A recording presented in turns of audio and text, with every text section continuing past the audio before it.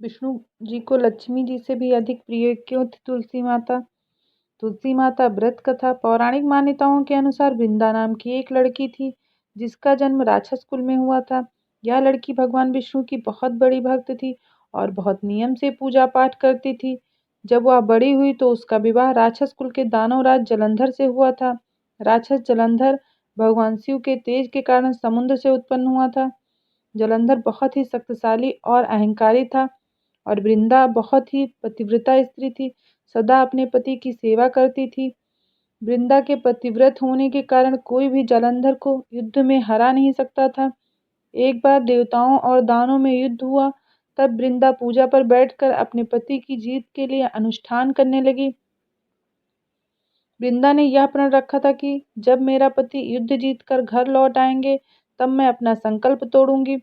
पूजा और व्रत के प्रभाव से देवता जालंधर को हरा नहीं सके। जब सभी देवता हारने लगे तब विष्णु जी के पास गए और प्रार्थना करने लगे कि प्रभु हमें बचा लीजिए। विष्णु जी ने कहा, वृंदा मेरी परम भक्त है, मैं उसके साथ किसी प्रकार का छल नहीं कर सकता। तब सभी देवता विनती करने लगे और कहने लगे, प्रभु किसी तरह आप हमारी मदद कीजिए।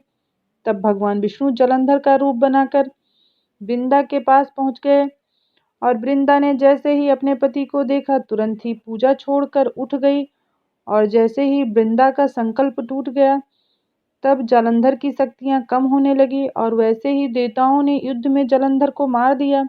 जलंधर का कटा हुआ सिर वृंदा के आंगन में जाकर गिरा। तब वृंदा ने बहुत ही आश्चर्य से भगवान की ओर देखा और कहा कि आप कौन हैं? तब भगवान विष्णु अपने रूप में आ गए और वृंदा को विष्णु जी द्वारा अपने साथ किए गए छल का पता चला।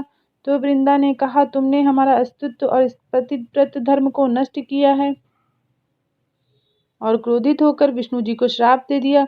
कहा कि तुम काले पत्थर के बन जाओगे और हृदय विहीन हो जाओगे। तब देवताओं को यह बात पता चली तो हाहाकार मच गया। सभी देवता वृंदा से विनती करने लगे। वृंदा अपने पति का सिर लेकर सती हो गई। कुछ दिन बाद उसी स्थान से उनकी राख से एक पौधा निकला। तब भगवान विष्णु ने उस पौधे का नाम तुलसी रखा और वृंदा के पतिव्रत धर्म को देखकर कहा, मेरी शालिग्राम के नाम से तुलसी जी के साथ सदा पूजा होगी और मैं सदैव पत्थर रूप में रहूंगा। भागवत पुराण के अनुसार तुलसी जी को विष्णु भगवान की पत्नी माना गया है। किसी भी शुभ कार्य में तुलसी के भोग लगाए बिना कोई भी पूजा पूरी नहीं मानी जाएगी। तुम मेरी सबसे प्रिय रहोगी। तभी तुलसी जी के साथ शालिग्राम की पूजा होने लगी।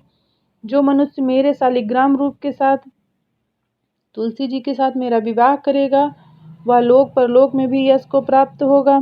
कार्तिक मास में तुलसी जी की विवाह शालिग्राम जी के साथ किया जाने लगा और देव उठावनी एकादशी को तुलसी विवाह के रूप में मनाया जाता है। कहा जाता है कि जिस घर में तुलसी होती है वहां यमदूत भी असमय नहीं जाते हैं। गंगा और सरयू का स्नान तुलसी जी के पूजन के बराबर माना गया है।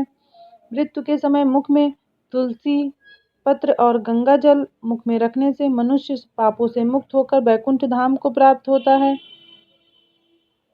वीडियो पसंद आया हो तो वीडियो को लाइक, चैनल को सब्सक्राइब और शेयर करें।